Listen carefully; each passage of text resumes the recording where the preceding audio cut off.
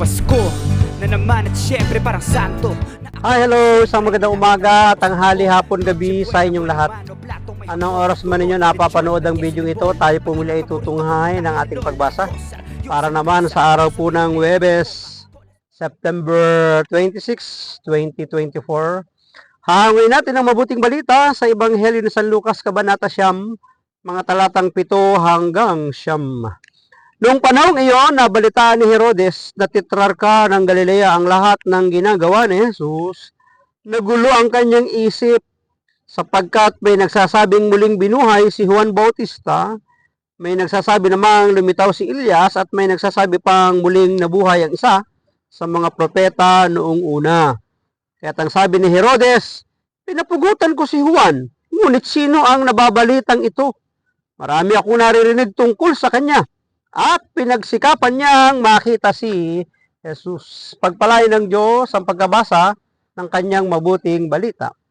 Ang refleksyon o pagsasadiwa ay hahangin natin sa Aklat ng Simbahay taong 2024.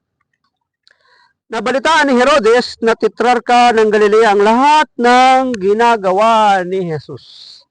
Sabi sa ating pagbasa, alam naman natin na si Herodes ang siyang naging dahilan kung bakit napapugutan si Juan Bautista dahil sa kanyang sobrang kaligayahan at kasiyahan ng magkaroon ng malaking piging o okasyon sa kanyang kaharian na sumayaw ang isang dalaga at sa katuwaan ay nagsabi siyang, ano ang gusto mo?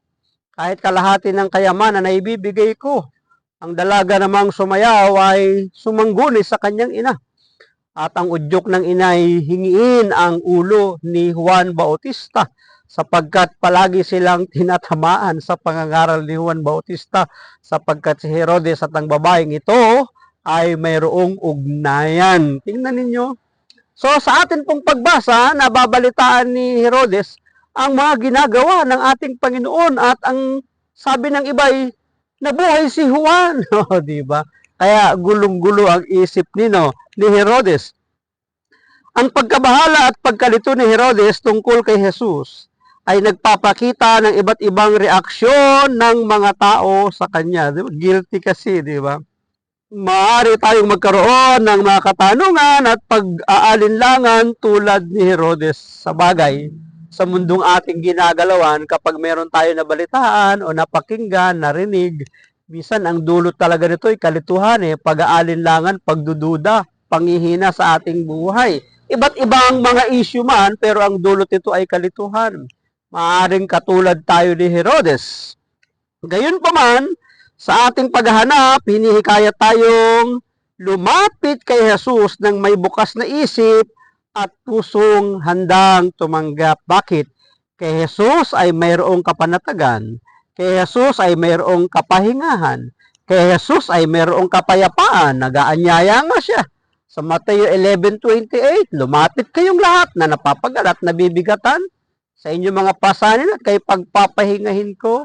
O diba, nagaanyaya ang ating Panginoon kaya tayong lahat ay lumapit. Sa pamamagitan ng pagkikipag-ugnayan kay Jesus, matatagpuan natin ang mga sagot at patnubay na hinahanap natin. Mahalaga na tanggapin ang kanyang salita at ang kanyang presensya upang makamit ang liwanag at kapayapaan ng ating mga buhay. Sa mga sandaling may katanungan tayo o pag-aalinlangan, katulad mo, katulad ko, katulad nating lahat, huwag nating hayaan ang takot at haka-haka na maghari. Kailangang tumayo tayo sa salita ng Diyos. Manalig sumampalataya. Huwag nating hayaan ang takot at haka-haka na maghari. Sa halip, magtiwala tayo kay Jesus at sa kanyang kadakilaan. Sa ating pakikipagsapalaran sa pananampalataya, ang pagsasaliksik at pagtanggap sa kalooban ng Panginoon ang siyang magbibigay daan sa atin upang lumago at magkaroon ng matibay na pundasyon ng pananampalataya. Kaya nga, kapag ang pundasyon ng ating pananampalataya ay na kay Jesus, kahit gaano karaming bagyo, unos man ng buhay, hindi ka matitinag. Bakit? Matibay ang iyong sinasandalan, matibay ang iyong pundasyon, bato, sapagkat si Jesus ang bato, ang ating kaligtasan. Huwag panghinaan ng loob. Sa tuwing ikaw ay nawawala ng pag-asa, tayo ay nawawala ng pag-asa, sa tandaan natin palaging may kaagapay at handang makinig sa atin, sa ating mga hinaing. Sino siya? Ang ating Panginoon. Kaya palaging manalangin sa Kanya. Maraming salamat at pagpalain tayo ng ating Panginoon. Ang akin lamang palaging sambit, I love you with the love of the Lord. Bye-bye and bye-bye.